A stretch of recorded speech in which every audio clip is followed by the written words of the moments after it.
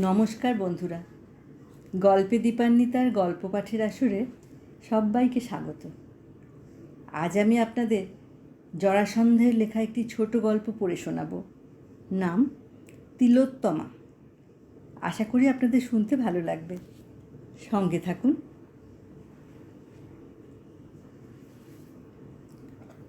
অত গভীর মনোযোগ দিয়ে কি দেখছো? বলতে বলতে ঘরে ঢুকলেন মিস্টার ঘোষ। বড় সওদাগরি অফিসে অনেকখানি উপরতলার চাকুরে। ছুটির দিন বলে বেশবাসে কিছুটা ঢিলেঢালা। মুখে পাইপটি অবশ্য ঠিক আছে। কাছে এসে যেন আঁতকে উঠলেন। আরে, এ যে দেখছি বাংলা কাগজ। লাহিড়ী সাহেব মাথা না তুলেই একটু হাসলেন। কারে পড়লে বাঘেও ঘাস খায় জানো তো। মানে?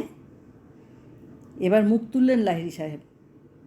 সামনের টেবিলের উপর ছড়ানো খবরের কাগজখানা গুটিয়ে রাখতে রাখতে বললেন, পাত্রপাত্রীর বিজ্ঞাপন দেখছিলাম। রমলা বললে এতে নাকি অনেক ভালো ভালো মেয়ের খোঁজ পাওয়া যায়। তা না হলে এসব ট্র্যাশ আমি পড়ি? ম্যাটারের কথা না হয় ছেড়েই দিলাম। চেহারা দেখো, তেমনি ছাপা। একটা সিটে চোখ বুলোতেই মাথা ধরে গেছে।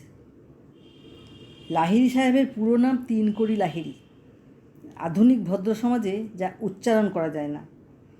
এই নামের জন্যই দীর্ঘদিন পরলোকগত পিতামাতার উপর তার ক্ষোভ আজও মেটেনি। দুটি সন্তান অকালে মারা যাবার পর একে নাকি তারা 3 কড়াকড়ি দিয়ে কিনেছিলেন জমের হাত থেকে। Silly superstition. কিন্তু স্কুলে কলেজে ওই নাম থাকায় পরে আর বদলাতে পারেননি। তবে লোকের কাছে তিনি টি লাহিড়ী নামেই পরিচিত।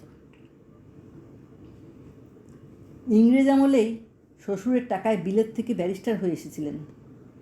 ঘরে বাইরে সাহেবী আনার পত্তন তখন থেকেই। ইংরেজ চলে যাবার পর সেটা আরও বেড়েছে। সেই সঙ্গে বেড়েছে পসার। ছেলেকে ডাক্তারি পড়িয়েছেন এবং বিলেত পাঠিয়েছেন, সেখান থেকে আরও গোটা কয়েক বড় বড় ডিগ্রি সংগ্রহ করে দেশে এসে যাতে কোনো একটা বিষয়ে স্পেশালিস্ট হয়ে বসতে পারে। জাঁকিয়ে বসার মতো প্রাথমিক উপকরণ জোগাবার জন্য তৈরি হচ্ছিলেন। ছেলে এই দুটি উদ্দেশ্যের মধ্যে প্রথমটি ভালোভাবেই পূরণ করেছে। অর্থাৎ তার নামের পরে এমন কতগুলো হরফ যুক্ত হয়েছে যা বিধান রায় প্রমুখ 2-4 অত্যন্ত কৃতী ছাত্র ছাড়া আর কোনো ভারতবাসী আজ পর্যন্ত অর্জন করতে পারেনি। লাহিড়ী সাহেবের দ্বিতীয় উদ্দেশ্য অবশ্য সফল হয়নি। সে ওখানেই একটা বৃহৎ অঙ্কের চাকরি জোগাড় করে স্থায়ী বাসিন্দা হয়ে গেছে। সুদূর ভবিষ্যতেও দেশে ফেরার কোনো ইচ্ছা নেই। মিসেস লাহিড়ী বড়লোকের ঘর থেকেই এসেছিলেন, তবে সেখানকার ধরন ধারণ খুব একটা আধুনিক নয়। শীর্ষেন্দুকে বিলেত পাঠাতে তাঁর আপত্তি ছিল না, তবে তার আগে একটি মনোমতো বউ ঘরে আনার ইচ্ছা ছিল। স্বামীর কাছে সেই ইচ্ছা প্রকাশও করেছিলেন। লাহিড়ী সাহেব কথাটাকে বিশেষ আমল দেননি। ইন্দুর উপর তাঁর প্রগাঢ় আস্থা। বাপ মায়ের অমতে সে কিছু করবে না। তাছাড়া ধরে নিয়েছিলেন সে তো কয়েক বছর পরে ফিরেই আসছে এবং এখানেই প্র্যাকটিস করবে। ততদিন একটি যুবতী মেয়ে স্বামীর কাছ থেকে বিচ্ছিন্ন হয়ে একা একা তাদের কাছে পড়ে থাকবে, সেটা কারো পক্ষেই সুখের হবে না।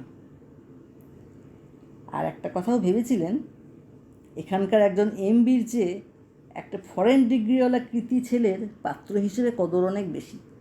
বিয়ের বাজারে বড় রকম দাঁও মারার অভিপ্রায়ও হয়তো মনে মনে পোষণ করেছিলেন লাহিড়ী সাহেব। মিস্টার ঘোষ বললেন, মেয়ের খোঁজ করছো? ছেলে আসছে নাকি?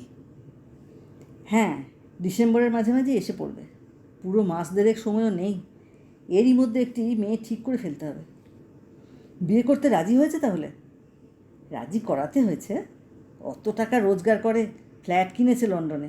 এদিকে একা, দেখাশুনো করবার কেউ নেই। তাই আমরা দুজনেই অনেক দিন ধরে লিখছিলাম, কদিনের জন্য এসে বেথা করে বউ নিয়ে চলে যাও।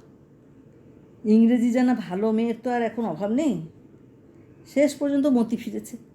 মাকে লিখেছে 15 দিনের ছুটিতে যাচ্ছি, তার মধ্যেই যা করবার করো। বিজ্ঞাপনে কিছু পেলে? মেয়ে তো আছে এক গাদা, পছন্দসই একটাও চোখে পড়ল না। তাই ভাবছি আমি একটা ইনসারশন দিই। তাই ভালো। পাত্রপক্ষের রিকোয়ারমেন্ট জানিয়ে দিলে সেই মতো পার্টি আসবে, তার থেকে বেছে নেওয়া সহজ। তাহলে এসো, এক্ষুনি একটা ড্রাফট করে ফেলা যাক। আমার আবার বাংলা টাংলা তেমন আসে না। আমারও তাই, তবু কিছুটা হেল্প হয়তো করতে পারবো। তুমি আগে একটা দাঁড় করাবার চেষ্টা করো। লাহিড়ী সাহেব একটা প্যাড নিয়ে শুরু করলেন। লন্ডন প্রবাসী, উচ্চ উপাধিধারী, উচ্চ উপার্জনকারী, ঠিক হচ্ছে তো? মিস্টার ঘোষ একটু ভেবে বললেন, শেষ শব্দটা যেন কেমন কেমন লাগছে। হাই ইনকাম বলতে চাও? হ্যাঁ, ওটাই তো আসল। তাহলে সুউপায়ই বলতে পারো। ঠিক বলেছ, কাগজেও ওই কথাটা দেখলাম দু এক জায়গায়। মিস্টার লাহিড়ী লিখে চললেন, সুউপায়ী ডাক্তার পাত্রের জন্য প্রকৃত সুন্দরী, উজ্জ্বল গৌরবর্ণা, দীর্ঘাঙ্গী, উচ্চশিক্ষিতা, স্বাস্থ্যবতী, লাবণ্যময়ী, মধুর স্বভাবা। আর কি লিখব? উচ্চশিক্ষিতার পরে ব্র্যাকেটে লিখে দাও, ইংরেজি ভাষা ও কথাবার্তায় বিশেষ ব্যুৎপত্তি সম্পন্না। ওটাই তো আগে দরকার। অনেক এমএ পাস মেয়ে পাবে 2 লাইন ইংরেজি বলতে পারে না। সেরকম হলে তো চলবে না। ঠিক বলেছ। এবার তাহলে শেষ করি? না, রমলাকে একবার জিজ্ঞেস করা দরকার, তার যদি কোনো ফরমাস থাকে। মিসেস লাহিড়ীকে ডেকে পাঠানো হলো। তিনি খসড়াটা শুনে বললেন, আসল কথাটাই তো বাদ দিয়েছ। ভালো বংশের মেয়ে হতে হবে, সংসারের কাজকর্মও জানা চায়। আর বয়সটাও বলে দাও, 20 বছরের বেশি হলে খোকার সঙ্গে মানাবে না। মায়ের সঙ্গে মেয়েও এসেছিল। সে বলল, আর নাচ গানের কথাটা তো লেখোই নি, অন্তত গান না জানা থাকলে চলবে। লাহিড়ী সাহেব যোগ করলেন, সৎ বংশজাত, গৃহকর্ম নিপুণা, সঙ্গীতজ্ঞা, অনূর্ধ্ব 20 বছর বয়স্ক ব্রাহ্মণ পাত্রী আবশ্যক। সদ্য তোলা ফটো সমেত যোগাযোগ করুন। ঘোষ সাহেবের দিকে চেয়ে একটু যেন কৈফিয়তে সুরে বললেন, আমার অবশ্যই জাত সম্বন্ধে কোনো অমত ছিল না, কিন্তু রমলার আবার বামুন না হলে চলবে না। রমলা সঙ্গে সঙ্গে বললেন, তা যাই বলো, আমার ঠাকুর আছেন, সেখানে আমি যাকে তাকে ঢুকতে দিতে রাজি নই। সবটা যখন পড়ে শোনালেন মিস্টার লাহিড়ী, ঘোষ সাহেব বললেন, এক কাজ করলে হয় না? অত কথা না বলে শুধু লেখো, একটি তিলোত্তমা আবশ্যক। তাতে অনেক খরচ বাঁচবে, আর আমাদের বক্তব্যও ঠিক ঠিক বলা হবে। লাহিড়ী হাসলেন, তা মন্দ বলনি। বিশেষণের লিস্টিটা বড্ড বেশি লম্বা হয়ে গেল, কিন্তু কোনটা কাটা যায় বলো তো? মিসেস বললেন, কোনোটা কাটতে হবে না, ওই বেশ আছে, ছেলের যোগ্যী মেয়ে চাই তো। লাহিড়ীর মনে সন্দেহ ছিল, এরকম অর্থাৎ এত অধিক গুণান্বিত মেয়ে কারো ঘরে আছে কি না। বললেন, দেখা যাক কীরকম রেসপন্স পাওয়া যায়। ফটো সকলে দেননি, অন্যান্য বিষয় পছন্দ হলে পরে ফটো পাঠাবেন বলে জানিয়েছেন। যে কখানা ফটো পাওয়া গেল তার মধ্যে বেশিরভাগই সরিয়ে রেখে দিলেন রমলা। তাঁর ছেলে সত্যিই সুপুরুষ, সুতরাং মেয়ের রূপ সম্বন্ধে কড়াকড়ি করবার অধিকার তাঁর আছে। 2-3টি ছবি তার নজরে পড়ল। বাকি চিঠিগুলি পড়বার পর স্বামী স্ত্রীতে পরামর্শ করে মাত্র 2টি পার্টিকে ছবি পাঠাতে লেখা হলো। কদিনের মধ্যেই ছবি এসে গেল। তারপর ঘোষ সাহেব, তাঁর স্ত্রী এবং আরও 2-3টি আত্মীয় বন্ধু নিয়ে নির্বাচন সভা বসল। ঘণ্টা 2-এর অধিবেশনে নানা তরফ থেকে বিচার বিবেচনা করে 3টি কনেকে দেখতে যাওয়া স্থির হলো। দেখার পর আবার এক দফা দীর্ঘ আলোচনা, তাতেও কোনো স্থির সিদ্ধান্তে পৌঁছানো যাচ্ছে না, কোনো না কোনো বিষয়ে মতানৈক্য হচ্ছে। তখন ঠিক হলো 3 জনের একটি সিলেকশন বোর্ড গঠন করা হোক। কর্তাগিন্নি তো থাকবেনই, পারিবারিক বন্ধু ও বিচক্ষণ ব্যক্তি হিসেবে রইলেন মিস্টার ঘোষ। চেহারা, শিক্ষা, কণ্ঠস্বর, রুচি, হাবভাব ইত্যাদি বিষয়ের একটা দীর্ঘ তালিকা তৈরি হলো এবং প্রত্যেকটির জন্য আলাদা আলাদা নম্বর বসালেন 3 বিচারক। এমনি করে যারা প্রথম, দ্বিতীয় ও তৃতীয় স্থান অধিকার করলো তাদের মধ্যেও অমিল রয়ে গেল। বোর্ডের একজন মেম্বার যে মেয়েকে ফার্স্ট বলে ঘোষণা করলেন, অন্য একজনের মার্কশিটে তার স্থান হলো সেকেন্ড। তখন নিজেদের মধ্যে একটা রফা করে একটি পাত্রীকে নির্বাচন করা হলো।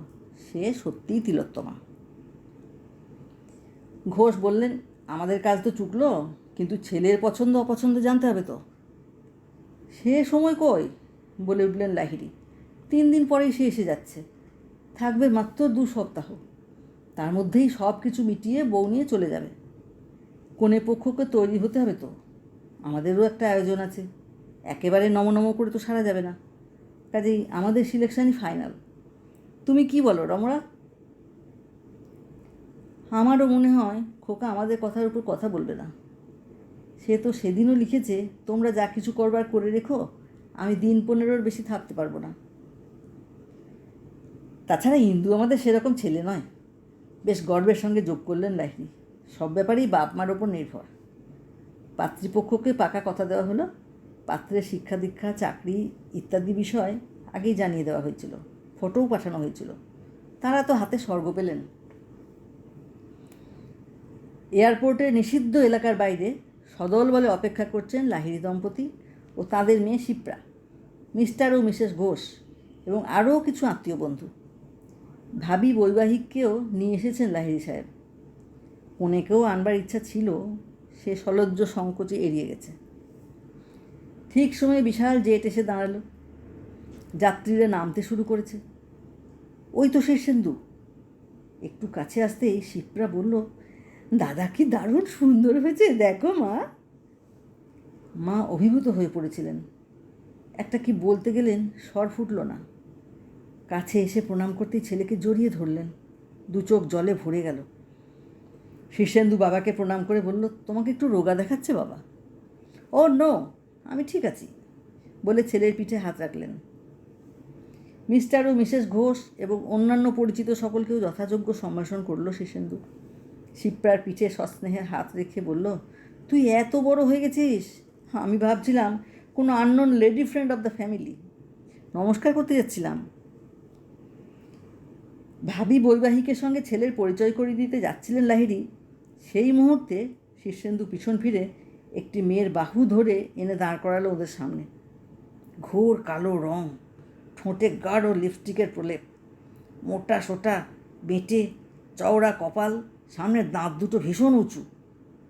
পরিচয় করিয়ে দিল, মিস নবুটু, মাই ফিয়াসি, আফ্রিকার মেয়ে। ওর বাবার লন্ডনে মস্ত বড় হোটেল আছে, ও সেসব দেখাশুনো করে। লন্ডন এয়ারপোর্টেই আলাপ, প্লেনের সিট পড়েছিল পাশাপাশি। সেখানেই প্রপোজ করলাম। She has agreed. ইন্ডিয়া দেখতে এসেছে, একসঙ্গেই ফিরব। বর্ণনাটা যাদের কাছে দিচ্ছিল তারা যেন সকলেই প্রচণ্ড ইলেকট্রিক শক খেয়ে অচল হয়ে গেছেন। কারো কোনো সাড়া পাওয়া গেল না। শীর্ষেন্দু বাবার দিকে চেয়ে বলল, আমি তোমাদের সঙ্গে যেতে পারছি না, ওকে গ্র্যান্ড হোটেলে পৌঁছে দিয়ে পরে যাচ্ছি, তোমরা চলে যাও।